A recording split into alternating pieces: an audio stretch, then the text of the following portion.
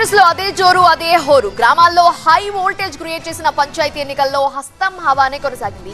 కాంగ్రెస్ బలపరిచిన అభ్యర్థులు మెజారిటీ గ్రామాల్లో విజయ కేతనం ఎగురవేశారు.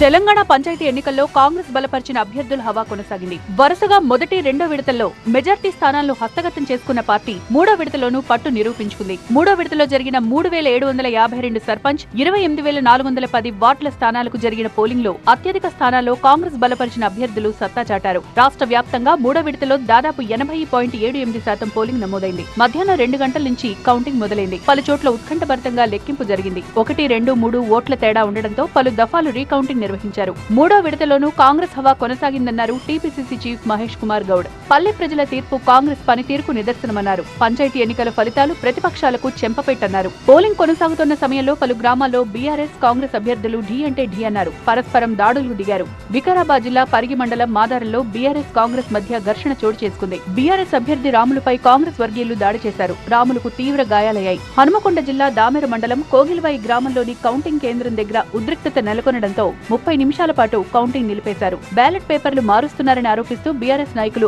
ఆందోళనకు దిగారు.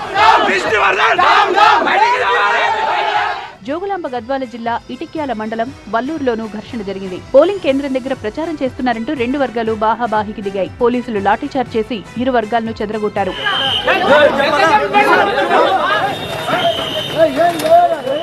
ఖమ్మం జిల్లా పెనుబల్లి మండలం సూరయ్య బంజర్ తండాలోని పోలింగ్ బూత్ లో ఏజెంట్ల మధ్య గొడవ ముదిరి పరస్పర దాడుల దాకా వెళ్లింది. ఇదే జిల్లాలోని కల్లూరు మండలం చెన్నూరులో డబ్బులు పంపిణీ చేస్తున్నారన్న ఆరోపణలు కలకలం రేపాయి. ఓ ఇంటర్నెట్ సెంటర్ లో 70,000 రూపాయల నగదు పట్టుబడ్డంతో పోలింగ్ కేంద్రం దగ్గర బీఆర్ఎస్ కాంగ్రెస్ కార్యకర్తల మధ్య వాగ్వాదం జరిగింది.